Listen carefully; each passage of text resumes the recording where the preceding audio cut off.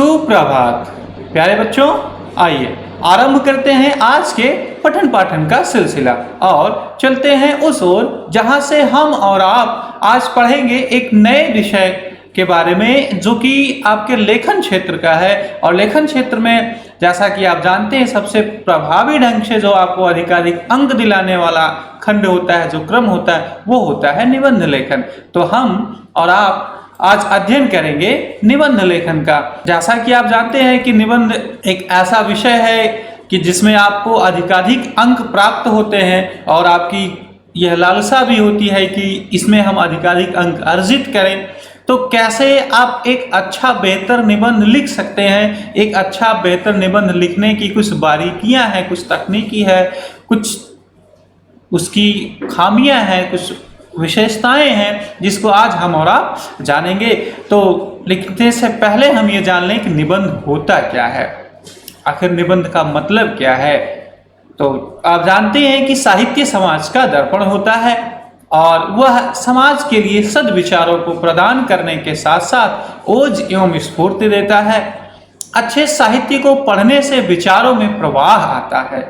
गद्य साहित्य इसका एक सशक्त माध्यम है और निबंध गद्य की ही एक विधा है। और जो निबंध है जिसमें निबंधकार अपने विषय को अपने व्यक्तित्व का अंग बनाकर स्वतंत्र रूप से अपनी लेखनी चलाता है। वैसे यदि हम शाब्दिक दृष्टि से देखें तो निबंध जो शब्द है हमारा वो दो शब्दों के योग से बना है, नी प्लस बंध। नी से हमारा तात्पर्य नी जो कि उपसर्ग है, जब बंध धातु में नी उपसर्ग जुड़ता है तो निबंध शब्द की उत्पत्ति होती है। यहाँ नी से हमारा तात्पर्य है नियोजित ढंग से, अर्थात सुव्यवस्थित ढंग से, अच्छे ढंग से, पूरा व्यवस्थित क्रम से। बंध का मतलब होता है बंधा हुआ, एक बंध करके।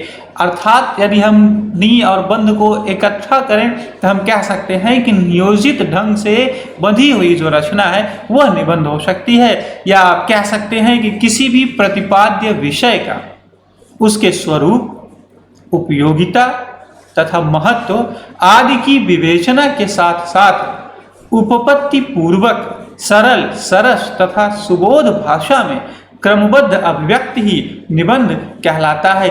ये तो था निबंध का अर्थ और निबंध की परिभाषा। अब निबंध लेखन के लिए कुछ प्रमुख तत्वों की आवश्यकता होती है। जैसा कि बच्चों में एक भ्रम होता है, बच्चों का ये मानना होता है कि जैसा कि कक्षा 10 तक 10 नंबर का निबंध आता है और कक्षा 11 और कक्षा 12 के विद्यार्थियों के लिए 5 अंक निबंध के लिए निर्धारित किए जाते हैं। तो बच्चों का ये मानना होता है 2 से ढाई पेज में, 3 पेज में हम लिख दें टॉपिक से रिलेटेड कुछ भी बात तो हमको अधिकाधिक अंक मिल जाएंगे। ऐसा बिल्कुल नहीं होता, ये पूरी तरीके से गलत धारणा है। निबंध जब भी आप लिखें तो इन प्रमुख तत्वों को ध्यान में रखकर लिखेंगे तो आपका जो परीक्षक होगा, आपका जो शिक्षक होगा, जो आपकी कॉपियों का मूल्यांकन करने वाला व्यक्ति होगा, वो मजबूर होकर के आपको अधिकाधिक अंक देगा।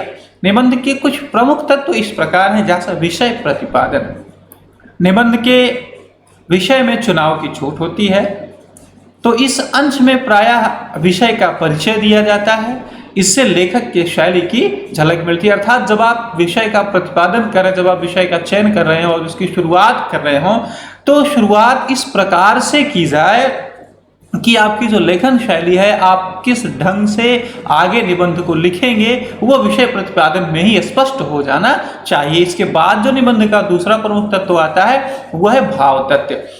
भाव तत्व होने से ही कोई जो रचना होती है वो निबंध की श्रेणी में आती है, अन्यथा वह मात्र लेख बनकर रह जाती है। ये अभी यहाँ से समझाना थोड़ा सा कठिन है क्योंकि जब हम निबंध के प्रकार को आपको बताएंगे किस प्रकार के कैसा निबंध होते हैं तो वो किस श्रेणी में आते हैं, तब आप भाव तत्व बड़ी आसानी से समझ जाएंगे। अभी आप सिर्फ इतना जानिए कि जो निबंध की मुख्य विषय वस्तु है उसकी एक श्रेणी होती है और वो श्रेणी जो है इन्हीं भाव तत्वों के आधार पर ही आश्रित होती है। और निबंध का एक और महत्वपूर्ण तथ्य है वह है स्वच्छंदता। स्वच्छंदता निबंध में लेखक की अपनी वृत्ति स्वच्छंद रूप से दिखाई पड़नी चाहिए, परंतु भौतिकता भी बनी रहनी चाहिए। कहने का तात्पर्य यह है कि जो लिखने वाला है, निबंध लिखने वाला जो व्यक्ति है, वह स्वतंत्र रूप से अपने भावों का समावेश कर सकता है। पर भौतिकता बनी रहनी चाहिए से हमारा अभिप्राय है। आज का ही जो वर्तमान व्यवस्था है, वर्तमान जो परिवेश है, उससे जुड़ करके यदि हम निबंध को लिखते हैं तो हमारा निबंध प्रभावी माना जाता है। इसके अलावा व्यक्तित्व की अभिव्यक्ति इसका एक और महत्वपूर्ण तत्व है। व्यक्तित्व की अभिव्यक्ति से हमारा मतलब है निबंध में लेखक के व्यक्तित्व की झलक अवश्य होनी चाहिए, अर्थात जो लिखने वाला व्यक्ति है उसकी सोच क्या है, वो किस प्रकार से अपने विषय को लोगों के समक्ष प्रस्तुत करना चाहता है, यह अभिव्यक्ति निबंध में अवश्य होना चाहिए। इसके बाद का जो प्रमुख तथ्य है वो है संक्षिप्तता। कई बार बच्चों को यह भ्रम होता है कि ज़्यादा से ज़्यादा लिख देना ही निबंध में अच्छे अंक पाने का एक उपागम है, परंतु ऐसा बिल्कुल नहीं है। अनावश्यक शब्दों के प्रयोग से निबंध की कसावट पर प्रभाव पड़ता है, अतः निबंध में संक्षिप्तता जो है अवश्य होनी चाहिए। जैसा कि आपने जाना था शुरुआत में ही, निबंध शब्द का जो शाब्दिक अर्थ है वो आपने जाना था नियोजित ढंग से बंधी हुई रचना। अब नियोजित ढंग से तभी बंधी हुई होगी जब आपके विचार एक दूसरे से जुड़े होंगे, इसलिए निबंध में संक्षिप्तता भी अति आवश्यक है। निबंध का एक और महत्वपूर्ण तथ्य है और वो है उसकी भाषा शैली। भाषा शैली के विषय में आप स्वतंत्र होते हैं, इसमें बहुत ज़्यादा बाध्यता नहीं होती। निबंधकार निबंध की शैली के अनुरूप भाषा का प्रयोग कर सकता है और कई बार ऐसा देखा जाता है कि निबंध में एक ही निबंध में एक शैली का प्रयोग होता है या एक से अधिक शैलियों का प्रयोग कर सकते हैं, यानी निबंध की विषय वस्तु के अनुसार आप उसको उसकी भाषा उसकी शैली का स्वयं से निर्धारण कर सकते हैं कि हमको किस तरीके से अपनी बात को लोगों तक पहुंचाना है, ये लिखने वाले पर निर्भर करता है। अस्तु कहा जा सकता है कि निबंध साहित्य की वह रचना है जिसमें लेखक अपने विचारों को पूर्णतः मौलिक रूप से श्रृंखलाबद्ध करता है तथा उसमें तारतम्यता दिखाई देती है। इस प्रकार से निबंध के ये प्रमुख तत्व थे। इसके बाद जो सबसे खास सबसे महत्वपूर्ण निबंध में विषय वस्तु आती है वो है निबंध के अंग। निबंध के अंग से हमारा तात्पर्य है कि हमारा पूरा निबंध इन्हीं 3 भागों में ही विभक्त होता है। जैसा कि आप जानते हैं किसी भी कार्य का आरंभ होता है और अंत होता है और मध्य का भाग उसका विस्तार होता है, तो ठीक यही तीनों चीज़ें निबंध में भी समाहित हैं। निबंध का जो प्राथमिक अंग है, यानी जो उसकी शुरुआत होती है, हम किसी भी निबंध की सबसे पहले जो शुरुआत करते हैं वो प्रस्तावना या भूमिका से करते हैं। अब हम ये जान लें कि प्रस्तावना या भूमिका में लिखा क्या जाता है। यह निबंध का आरंभ होता है, अतः इसे प्रवेश द्वार भी कहा जा सकता है। किसी भी विषय की भूमिका अत्यंत आकर्षक एवं प्रभावी होनी चाहिए जिसे पढ़ते ही पूरा निबंध पढ़ने की ललक जाग उठे। निबंध लिखने वाले व्यक्ति को यहाँ थोड़ा सा ध्यान देना है कि किसी भी विषय को, जैसे आप किसी भी विषय पर जब आप निबंध लिख रहे हो तो सबसे पहले उसकी भूमिका बनाना अति आवश्यक होता है। जैसे आप मान लीजिए होली के त्यौहार पर निबंध लिखना चाह रहे हैं तो सीधा यदि आप होली से ही शुरुआत करेंगे तो उसकी भूमिका थोड़ा सा प्रभावी नहीं होगी।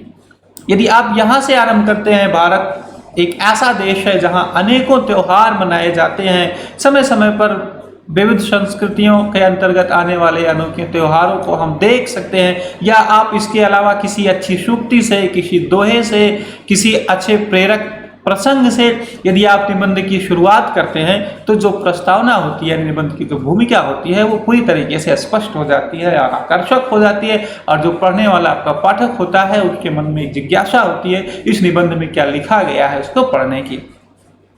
इसके बाद निबंध का मध्य भाग आता है। मध्य भाग में आता है विषय वस्तु का विस्तार।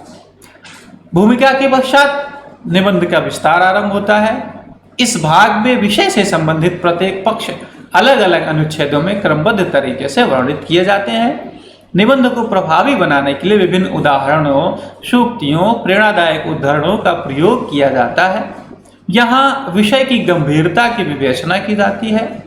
यहाँ यह ध्यान रखना चाहिए कि अनुच्छेद एक दूसरे से जुड़े हों परंतु उनकी पुनरुक्ति ना हो। विषय वस्तु के विस्तार में हमें यह ध्यान देना है कि जब हम किसी विषय का विस्तार कर रहे हैं, जैसे मैंने आपको होली बताया, तो होली की भूमिका के बाद जब आप उसका विस्तार करेंगे तो विस्तार में सबसे पहले आप लिखेंगे मनाए जाने का कारण, होली क्यों मनाई जाती है। फिर आप उसका लिखेंगे स्वरूप कि वो कैसे मनाई जाती है, और फिर इसका उद्देश्य क्या है, मनाने का उद्देश्य क्या है। और अगर आप और जोड़ना चाहें तो लिख सकते हैं उसका वर्तमान स्वरूप क्या, इस वर्तमान समय में वो कैसे प्रासंगिक है और उसमें कौन कौन से कार्य होते हैं, ये सब आप जोड़ सकते हैं। ये क्या है, ये विषय वस्तु का विस्तार है। परंतु इसमें एक बात आपको ध्यान देना है कि जो आप लिख रहे हो वो एक बार जो चीज़ें आपने लिख दिया उसी का बार बार वर्णन नहीं होना चाहिए, इसलिए इसकी ये खास ध्यान रखना है कि इसमें पुनरुक्ति नहीं होनी चाहिए। इसके बाद जो सबसे अंतिम अंश आता है, जो सबसे अंतिम हिस्सा है, वो है निबंध का उपसंहार या निष्कर्ष। ये बहुत ही आवश्यक होता है किसी भी निबंध में। जैसे आपने बाजार से नींबू खरीदा है तो नींबू कितना भी बड़ा क्यों ना हो, लेकिन उसमें विशेष महत्व उसमें निकलने वाले रस का होता है। यदि नींबू में जितना ज़्यादा रस निकलेगा उतना ही उस नींबू का महत्व होगा, ना कि उसके आकार का। तो वैसे जो निबंध का उपसंहार होता है वो समझ लीजिए पूरे निबंध का निचोड़ है, पूरे निबंध का बिल्कुल सार तक तो हम इस उपसंहार में लिखते हैं। इसलिए इस उपसंहार को निबंध का निकास द्वार भी कहा जाता है। यह निबंध का अंतिम अंश होता है। इसके अंतर्गत सभी विषयों का सारांश प्रस्तुत किया जाता है। उपसंहार, इस विषय पर विशेष ध्यान देने की आवश्यकता है कि उपसंहार इतना प्रभावशाली होना चाहिए कि इसकी छाप पाठक के मन पर अंकित हो जाए और वह चिंतन मनन करने के लिए बाध्य हो सके। अर्थात इसमें आपको थोड़ा सा यही ध्यान देने की आवश्यकता है कि जो पूरा वर्णन आपने किया है उस पूरे वर्णन का निचोड़, उस पूरे वर्णन का निष्कर्ष आपको उपसंहार में लिखना होगा। ये आपका व्यक्तिगत मौलिक विचार, इसमें ज़्यादा से ज़्यादा समाहित करने का प्रयास करें, तभी आपका निबंध प्रभावी होगा। प्यारे बच्चों, आज के अंक में बस इतना ही। कल के अंक में हम और आप जानेंगे कि निबंध की क्या विशेषताएं होती हैं और कैसे एक अच्छा और प्रभावी निबंध लिखा जाए। इसको हम यहाँ इस वीडियो में लिखकर बताएंगे आपको कैसा लिखा जाता है। आज के अंक में बस इतना ही। हमने आपने क्या सीखा इसको परखने के लिए आइए हल कर लेते हैं आज का कार्य प्रपत्र। और आज के कार्य प्रपत्र का हमारा पहला प्रश्न है, निबंध किसे कहते हैं। दूसरा प्रश्न है, प्रस्तावना से क्या अभिप्राय है। आज का तीसरा प्रश्न, निबंध की भाषा शैली कैसी होनी चाहिए। आज का चौथा और अंतिम प्रश्न है, निबंध के प्रमुख तत्वों पर प्रकाश डालिए। धन्यवाद और आपका दिन मंगलमय।